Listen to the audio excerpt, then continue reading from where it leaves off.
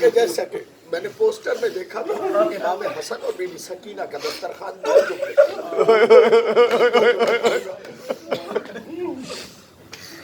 ابو خالد کابلی امام کے پاس آیا، چوتھے باب کا جانے والا شاگرد، وضو کے لیے پانی کے لیے اس نے سفید پانی گرایا امام کے ساتھ۔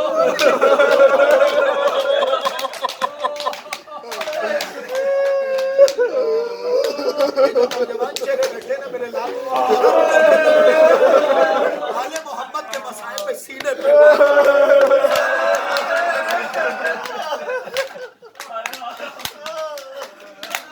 یہ مستحب ہے میرے بھائی، میں دلیل کے بار لگا سکتا ہوں۔ آل محمد کی مصیبت میں رخسار پہ سنت تمہارے چوتھا مولا کے سامنے مسائل بیان ہو رہے تھے، امام نے دیوار میں سر لڑایا، آپ کے ناک کی ہڈی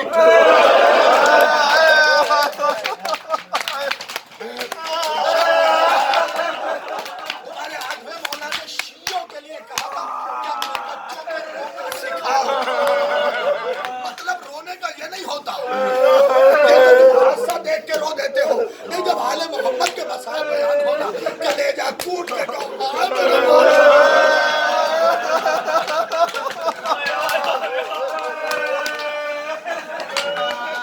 اب جملہ سن لینا، جس کے دل میں درد ہے نا وہ چیخ مار کے جملے پہ روئے گا۔ پانی اس نے وضو کے لیے ایسے سفید پانی گر رہا، امام کی آنکھوں سے سن، مولا میں وضو کر رہا ہوں، ابو خالد کابلی معلوم ہے مجھے تم وضو کر رہے ہو، مولا پھر خون کیوں رو رہے ہو؟ ابو خالد جتنا پانی تو نے وضو میں گرایا ہے نا میری سکینہ کو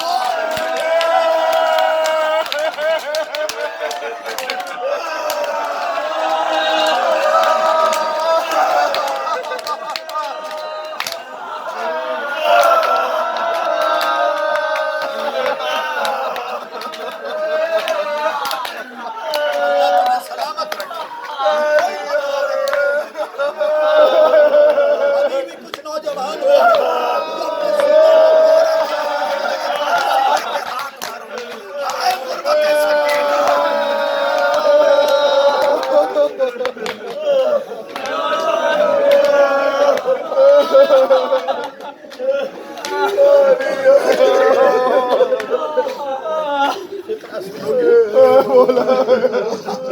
میں سمجھا کے تمہیں رلا رہا ہوں، سمجھا رہا ہوں۔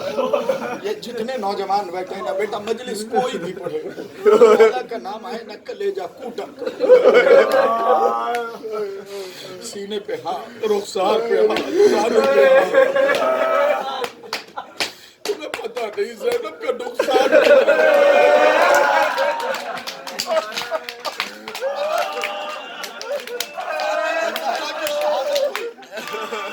زینب نے یتیم نہیں کہا خود کو، رمضان کو علی کی شہادت میں زینب نے یتیم نہیں کہا۔ 28 سفر کو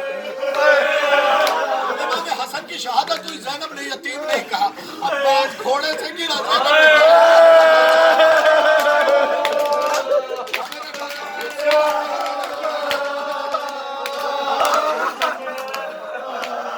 آج پتا چلا یتیمی کسے کہتے ہیں۔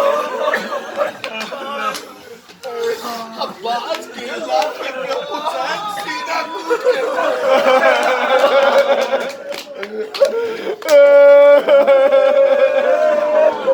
مسائب کے لیے ایک جوان نے کہا تھا میں نہیں ٹالتا، 2-3 جملے سن لو، میں نے تمہاری بات فضائل میں مان لی، مسائب کے 2-3 جملے سن لو۔